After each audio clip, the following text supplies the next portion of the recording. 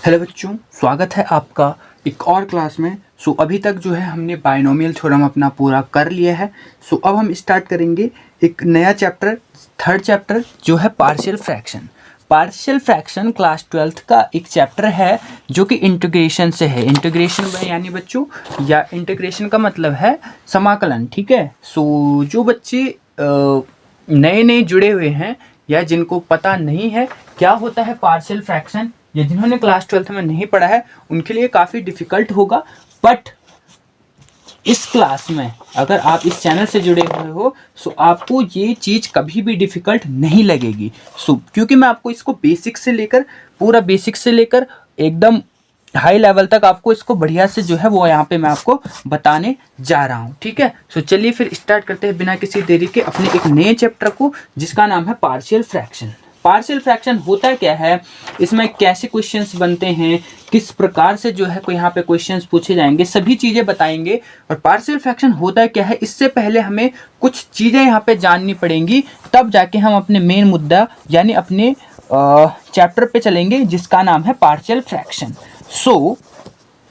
अभी बच्चों हिंदी में भी मैं आपको बताऊंगा, इंग्लिश में भी बताऊंगा, ठीक है। तो सबसे पहले मैं आपको ये बता दूं, पार्शियल फ्रैक्शन को हिंदी में बोलते हैं आंशिक भिन्न। क्या बोलते हैं बच्चों? आंशिक भिन्न। अब देखो,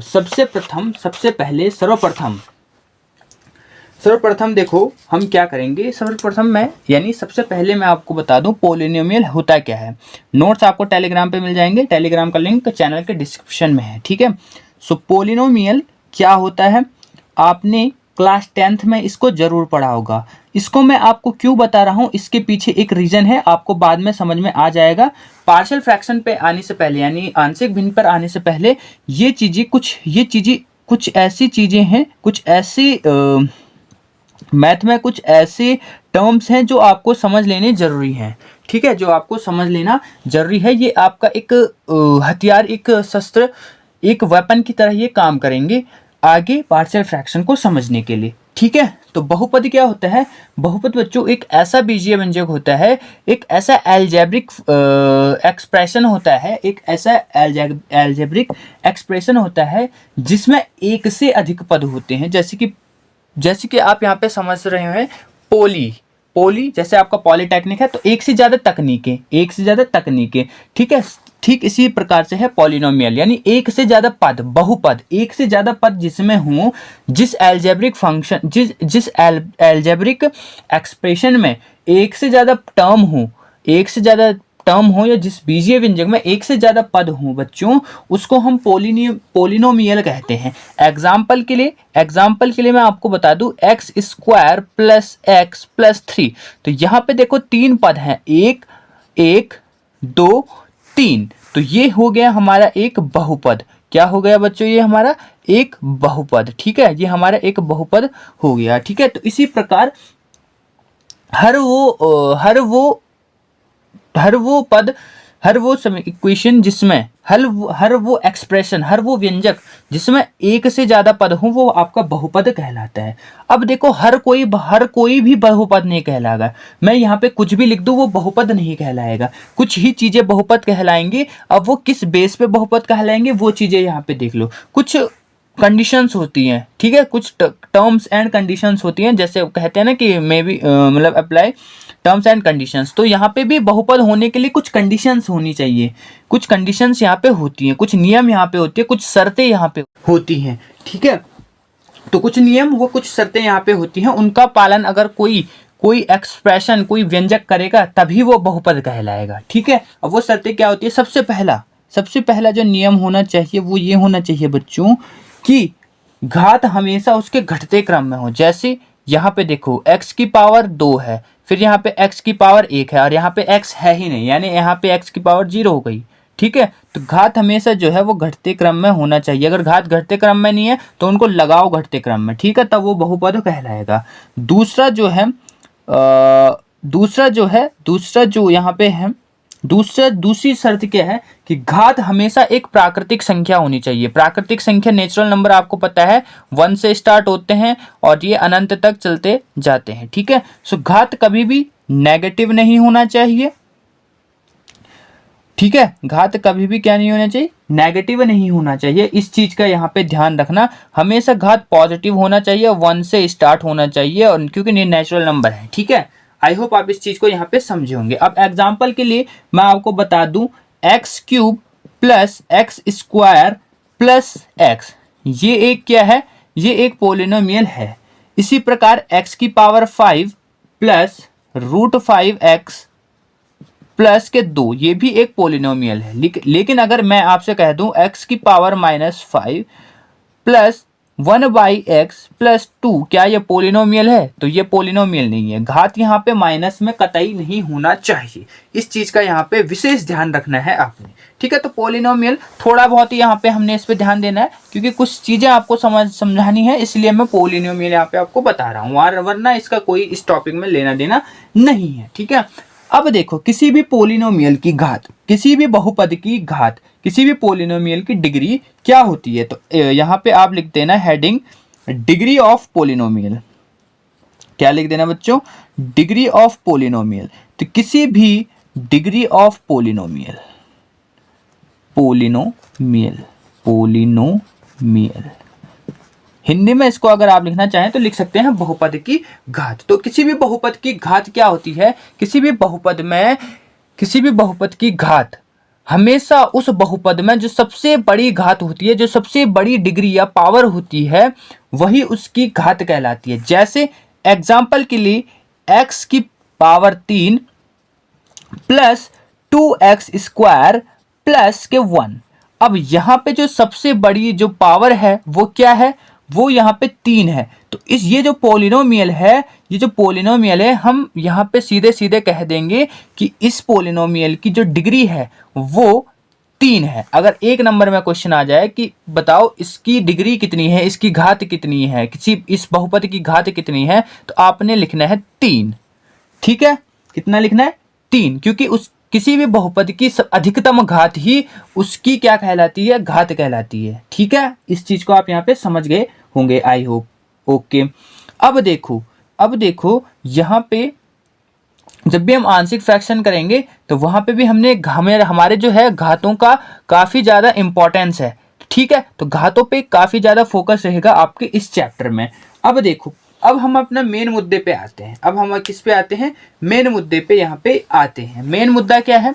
मेन मुद्दा है पार्शियल फ्रैक्शन। आखिर ये पार्शियल फ्रैक्शन भला कैसी है? ये चीज आखिर है क्या? जिस चीज ने हमें इतना परेशान कर रखा है कि इसमें से 10 नंबर का क्वेश्चन बन के आता है, डायरेक्ट 10 नंबर का क्वेश्चन बन के आता है। ये भला आखिर में है क्या? तो सबसे पहले हम डिस्कस करते हैं अब अपना जो मेन टॉपिक है, पार्शियल फ्रैक्शन। अभी आपको समझ में आएगा कि हमने इससे पहले पोलिनोमियल काहे को पढ़ा, क्यों पढ़ा हमने पोलिनोमियल। अभी आपको इस चीज का यहाँ पे आंसर मिल जाएगा। थोड़ा सब्र करो, धीरे धीरे पढ़ेंगे, धीरे धीरे थोड़ा अपना लेवल ऊपर बढ़ाएंगे। एकदम से जो है अगर आप में मैं बर्डन दे दूं तो नहीं हो पाएगा। अगर आपको लगता है कि एकदम से सब कुछ पढ़ा दो, 0 से लेकर और 10 नंबर तक सारा पढ़ा दो, तो एकदम से तो नहीं हो पाएगा, बर्डन हो जाएगा। ठीक है, आपके दिमाग में जो है वो थोड़ा क्या हो जाएगा? बर्डन हो जाएगा। फिर आपका ही सिर दर्द होगा, फिर आप कहोगे सर तो बढ़िया पढ़ाई नहीं रहे। अब जैसे मैं आपको पूरा अगर आपको एक साथ परोस दूंगा खाना तो आपको अच्छा नहीं लगेगा ना। धीरे धीरे हर चीज, ठीक है, धीरे धीरे हर चीज, तो वो अच्छा लगता है। ठीक है, तो पार्शियल फ्रैक्शन है क्या? What is this? ठीक है, व्हाट इज पार्शियल फ्रैक्शन? इसको हिंदी में बोलते हैं आंशिक भिन्न।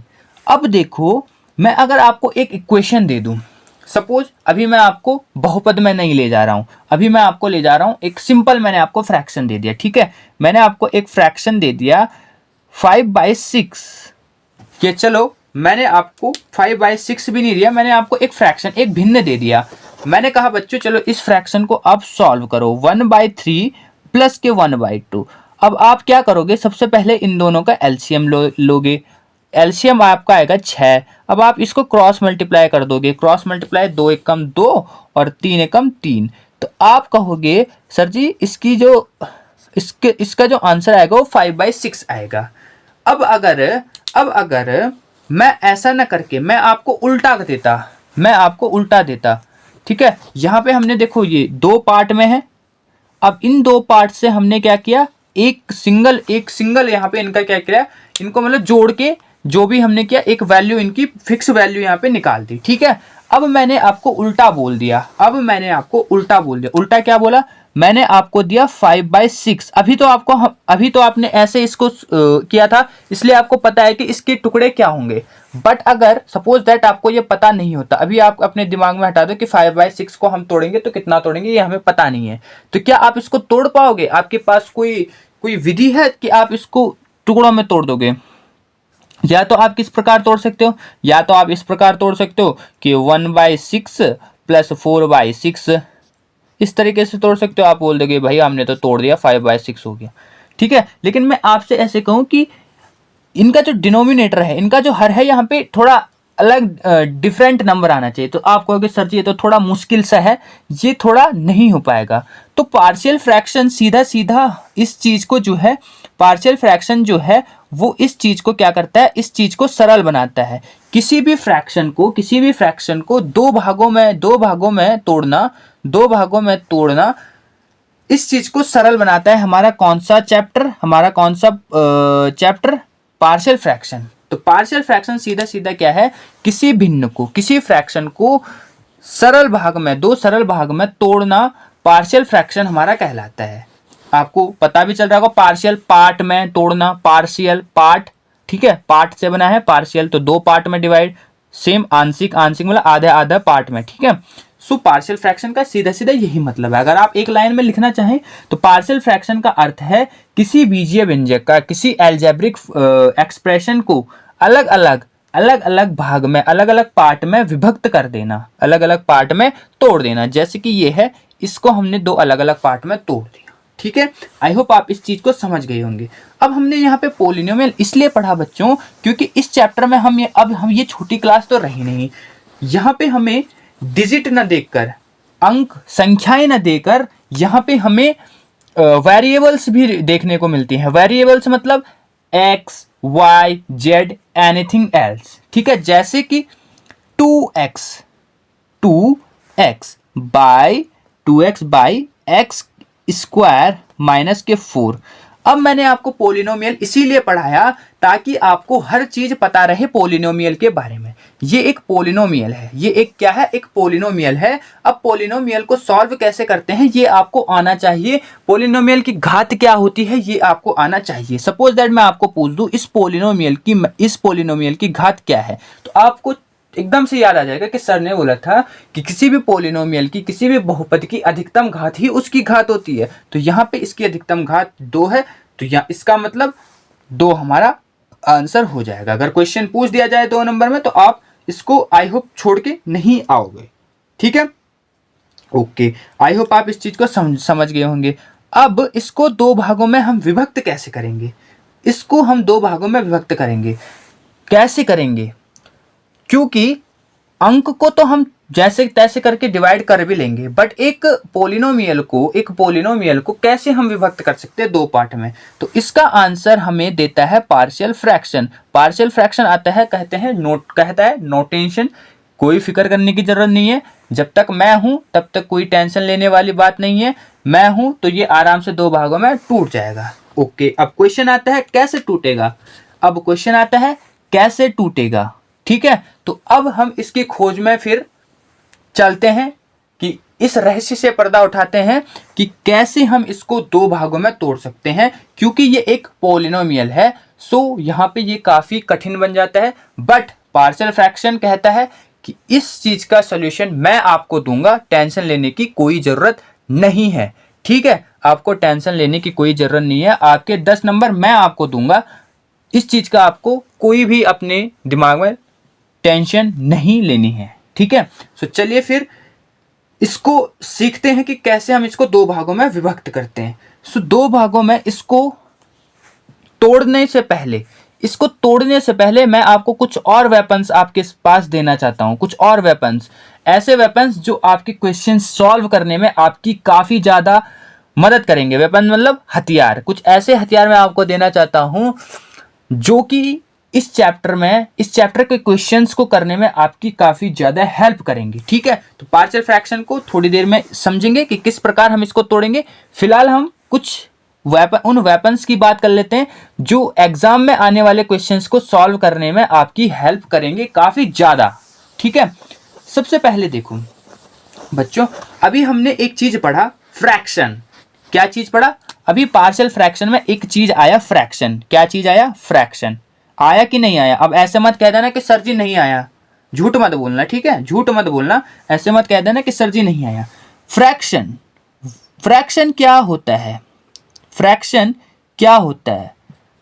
जब हम किसी अंक या किसी पोलिनोमियल या किसी एक्सप्रेशन, किसी व्यंजक को, जब किसी व्यंजक को हम न्यूमरेटर और डिनोमिनेटर के फॉर्म में लिखते हैं, न्यूमरेटर एंड डिनोमिनेटर के फॉर्म में लिखते हैं, यानी अंश और हर के फॉर्म में लिखते हैं, अंश या हर के फॉर्म में लिखते हैं, तो उसको हम फ्रैक्शन कह देते हैं कि हाँ भाई ये भिन्न है, ये क्या है? एक भिन्न है। जब हम इसको न्यूमरेटर एंड डिनोमिनेटर यानी हर और अंश के फॉर्म में लिख देते हैं तो ये हमारे पास एक क्या हो जाता है? फॉर्म हो जाता है। अब देखो ये हमारे पास क्या हो जाता है? एक फॉर्म हो जाता है, एक रूप हो जाता है। अब यदि मैं आपको बच्चों बोलूं, यदि आपको बोलूं, मैं आपको क्या बोलूं? अब मैं अगर आपको ये चीज पूछूं कि यदि अंश बड़ा हो, सपोज दैट 5 हो और हर छोटा हो, तो इस फ्रैक्शन को हम क्या कहेंगे? इस फ्रैक्शन को हम क्या कहेंगे? यदि मैं कहूं अंश यदि 5 है और हर 4 है, अब देखो अंश यानी न्यूमरेटर यहाँ पे बड़ा है, डिनोमिनेटर यहाँ पे क्या है? छोटा है। तो मैं आपसे पूछूंगा इस फ्रैक्शन को हम क्या कहेंगे? इस फ्रैक्शन को हम बच्चों क्या कहेंगे? सो आप कहोगे बच्चों कि ये एक इम्प्रॉपर फ्रैक्शन है। ये एक क्या है? इम्प्रॉपर फ्रैक्शन है। क्या है? Improper fraction. इम्प्रॉपर हिंदी में इसको बोलते हैं विषम भिन्न, ठीक है? विषम भिन्न। तो विषम भिन्न में हमेशा क्या होता है? विषम भिन्न में जो अंश होता है वो बड़ा होता है हर की तुलना में, ठीक है? अब सेम चीज अगर मैं आपसे कह दूं कि अंश सपोज दैट आपका 4 है और हर आपका 5 है, तो ये किस प्रकार का भिन्न है? ये किस प्रकार का भिन्न है? तो ये हमारा है प्रॉपर फ्रैक्शन। प्रॉपर फ्रैक्शन यानी आपका उचित भिन्न। उचित भी इसको कहा जाता है, कभी कभी पेपर में आपको सामान्य लिखा हुआ भी यहाँ पे दिखाई दे सकता है, ठीक है? बट इंग्लिश में इसको एक ही नाम से जाना जाता है, प्रॉपर। सो इस नाम से यहाँ पे इस नाम को भी आप याद कर लेना, प्रॉपर और इम्प्रॉपर, ताकि पेपर में कठिनाई न हो समझने में कि सर ने उचित बताया था, यहाँ पे तो सामान्य पूछा है। थोड़ा उसका इंग्लिश ट्रांसलेट भी वहाँ पे देख लेना, ठीक है? ओके, तो यानी यहाँ पे हम दो प्रकार के भिन्नों का क्या करेंगे? दो प्रकार के भिन्नों का हम क्या करेंगे? अध्ययन करेंगे, स्टडी करेंगे, ठीक है? सो आई होप आप इस चीज को यहाँ पे समझ गए होंगे। अब यहाँ पे चूंकि डिजिट नहीं है, मैंने आपको पहले भी समझाया, इस चैप्टर में डिजिट कम होंगे, पोलिनोमियल ज्यादा होंगे। तो आप ये अब आपके क्वेश्चन में ये आपके मन में ये क्वेश्चन आ गया कि सर जी अगर क्वेश्चन अगर पोलिनोमियल के फॉर्म में आएगा तो आप हमें पोलिनोमियल के फॉर्म में बताओ, बहुपद के फॉर्म में बताओ कि इम्प्रॉपर कैसे होगा, प्रॉपर कैसे होगा, आप उसके फॉर्म में मुझे बताओ। मैंने कहा चलो ठीक है, बता देंगे, कोई बात नहीं, इसमें क्या दिक्कत जा रही है। अगर आपके मन में डाउट आया है तो हम इसको जरूर, इसका समाधान आपको बताएंगे। समाधान क्या है इसका बच्चों? देखो समाधान क्या है इसका अभी हम निवारण करेंगे, डोंट वरी। अंश ऊपर होता है अंश, न्यूमरेटर बोलते हैं जिसको, क्या बोलते हैं बच्चों? न्यूमरेटर। नीचे होता है क्या? हर, जिसको क्या बोलते हैं? डिनोमिनेटर। सो दैट अगर अंश की जगह पे मैं लिख दूं x की पावर 3 और यहां पे लिख दूं x की पावर 4, इस कंडीशन में आपको यहां पे क्या समझ में आ रहा है? क्या समझ में आ रहा है? तो यहां पे आपका आंसर होगा सर x की घात यहां पे 3 है, degree of x is equal to 3 and degree of x is equal to 4। कुल मिला के जो हर है, जो डिनोमिनेटर है, वहां पे जो x की घात है वो 4 है, यानी बड़ी है, जबकि x यानी जो न्यूमरेटर में है यानी अंश में है उसकी घात जो है छोटी है। तो ऐसी कंडीशन में जब आपके अंश का घात, जब आपकी, जैसे हमने अभी पढ़ा था कि ऊपर छोटी वैल्यू नीचे बड़ी वैल्यू, तो जब आपकी x की घात कम हो और x की हर में x की घात ज़्यादा हो, इस कंडीशन में ये हमेशा हमारा प्रॉपर फ्रैक्शन कहलाएगा। ये हमेशा हमारा क्या कहलाएगा बच्चों? प्रॉपर फ्रैक्शन कहलाएगा। क्या कहलाएगा? प्रॉपर फ्रैक्शन कहलाएगा। इसको हम क्या कह सकते हैं? इसको हम प्रॉपर फ्रैक्शन कहेंगे। क्यों कहेंगे? क्योंकि यहाँ पे जो डिनोमिनेटर की घात है वो ज्यादा है न्यूमरेटर से, तो हम इसको कहेंगे प्रॉपर फ्रैक्शन। अब ध्यान देना बच्चों, प्रॉपर फ्रैक्शन क्या बोलेंगे हम इसको? यहाँ पे प्रॉपर फ्रैक्शन। अब यदि x की घात ज्यादा हो ऊपर न्यूमरेटर में और डिनोमिनेटर यानी हर में x की घात कम हो, तो ऐसी कंडीशन में बच्चों, ऐसी कंडीशन में ये प्रॉपर ना होके इम्प्रॉपर होता है। क्या होता है ये?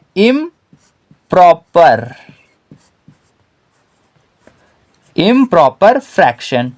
ठीक है, इम्प्रॉपर फ्रैक्शन। आई होप आप इस चीज को यहां पे समझ गए होंगे। एक या दो नंबर में आपसे ये क्वेश्चन डायरेक्ट पूछ सकता है। ठीक है, सो इस चीज को यहां पे याद रखना है। ठीक है, अब देखो यहां पे आपके मन में एक और क्वेश्चन आ सकता है कि सर जी अगर घात बराबर हो गए, यानी ऊपर भी x की घात 3 या नीचे भी x की घात 3 होगी, ऐसी कंडीशन में क्या होगा? तो बच्चों ऐसी कंडीशन में भी ये आपका इम्प्रॉपर फ्रैक्शन ही कहलाएगा। क्या कहलाएगा? इम्प्रॉपर फ्रैक्शन ही कहलाएगा। जब न्यूमरेटर की घात बड़ी होगी किसकी तुलना में? डिनोमिनेटर की, तो उस कंडीशन में भी इम्प्रॉपर होगा। और जब नीचे और ऊपर दोनों घात बराबर होंगी तो उस कंडीशन में भी इम्प्रॉपर होगा। केवल प्रॉपर तब होगा जब न्यूमरेटर की घात छोटी होगी डिनोमिनेटर से। ठीक है, इस चीज को दिमाग में बैठा लेना। ठीक है, इसको मैं आपको नोट्स के फॉर्म में अच्छे से यहाँ पे लिखवा दूंगा। ओके, अब देखो बच्चों, कभी कभी फ्रैक्शन की जगह पे फंक्शन लिखा हुआ भी आ जाता है, तो इसमें आपको घबराने वाली कोई बात नहीं है।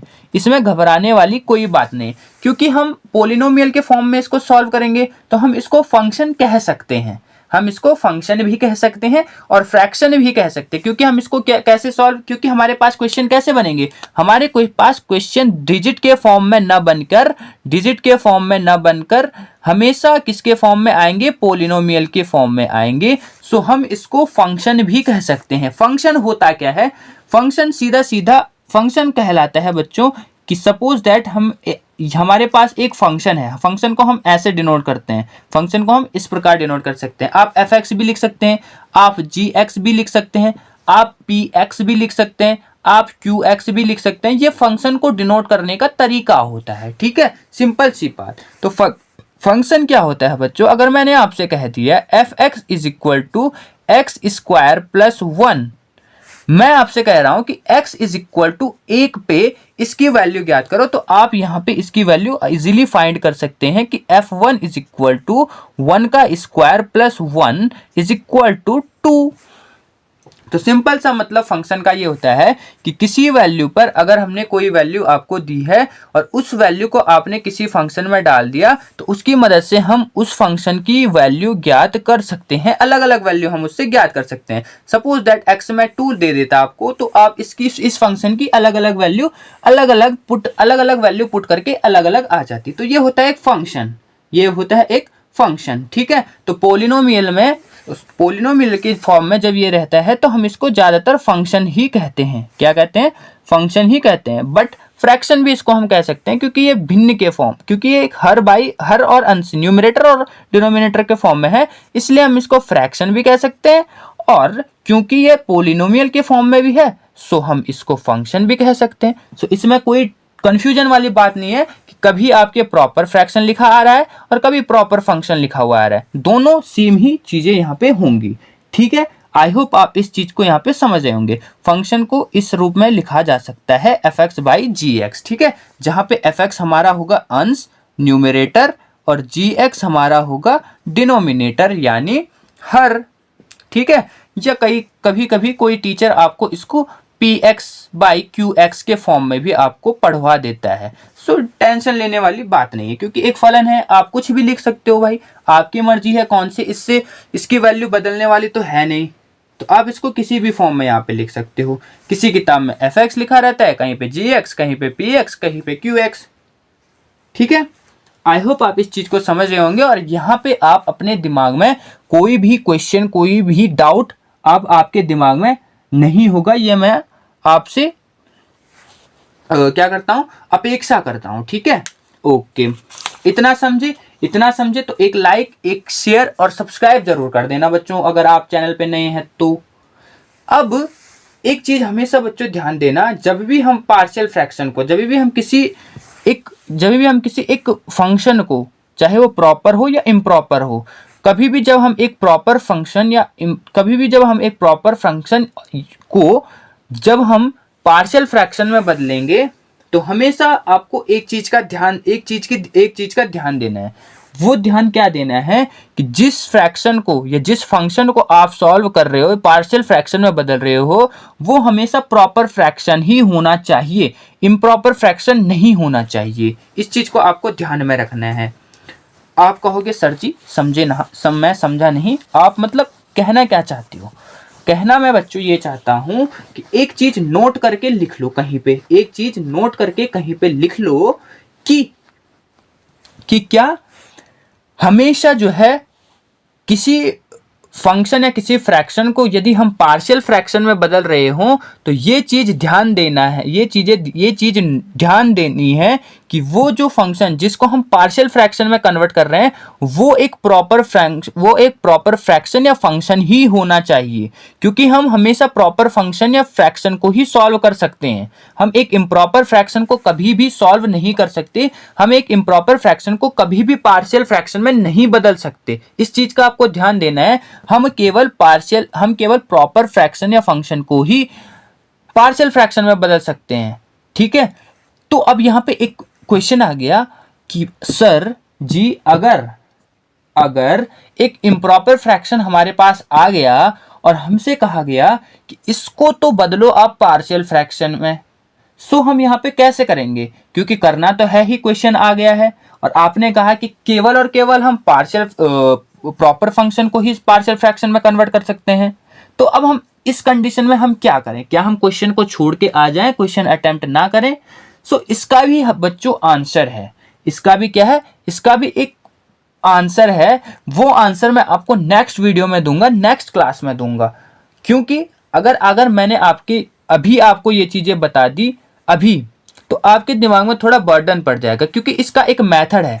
इम्प्रॉपर फ्रैक्शन को प्रॉपर फ्रैक्शन में बदलने के लिए एक मेथड है, वो मेथड आपने पहले भी पढ़ा है, बट अभी मैं ज्यादा बर्डन नहीं देना चाहता आपको, इसलिए आराम से पढ़ेंगे और धीरे धीरे करके सब पढ़ेंगे। ठीक है, सो इम्प्रॉपर फ्रैक्शन को प्रॉपर फ्रैक्शन में कैसे बदलना है, इसके बारे में हम नेक्स्ट क्लास में पढ़ेंगे। फिलहाल आप इतना चीज इस एक चीज को ध्यान में रखिएगा कि प्रॉपर फ्रैक्शन को ही पार्शियल फ्रैक्शन में बदला जाता है, न कि इम्प्रॉपर फ्रैक्शन को। सो कभी भी इम्प्रॉपर फ्रैक्शन आए तो सबसे पहले हमें उसको प्रॉपर फ्रैक्शन में कन्वर्ट करना पड़ेगा और देन उसको पार्शियल फ्रैक्शन में तोड़ना पड़ेगा। ठीक है, तो अब इम्प्रॉपर फ्रैक्शन को हम पार्शियल फ्रैक्शन में सॉल्व करना सीखेंगे, जो कि हम नेक्स्ट क्लास में सीखेंगे। सो आई होप आपको ये क्लास जो है पसंद आई होगी। सो ऐसे ही क्लास के लिए प्लीज चैनल को लाइक, शेयर एंड सब्सक्राइब जरूर करना, चाहे आप अपने दोस्तों को कहें, चाहे रिश्तेदारों को कहें, किसी को भी कहें, बट प्लीज चैनल को सब्सक्राइब करना ज्यादा से ज्यादा। सो आई होप क्लास आपको पसंद आई होगी। सो मिलते हैं नेक्स्ट क्लास में, तब तक के लिए बने रहिएगा हमारे चैनल यूकेटी पाठशाला में।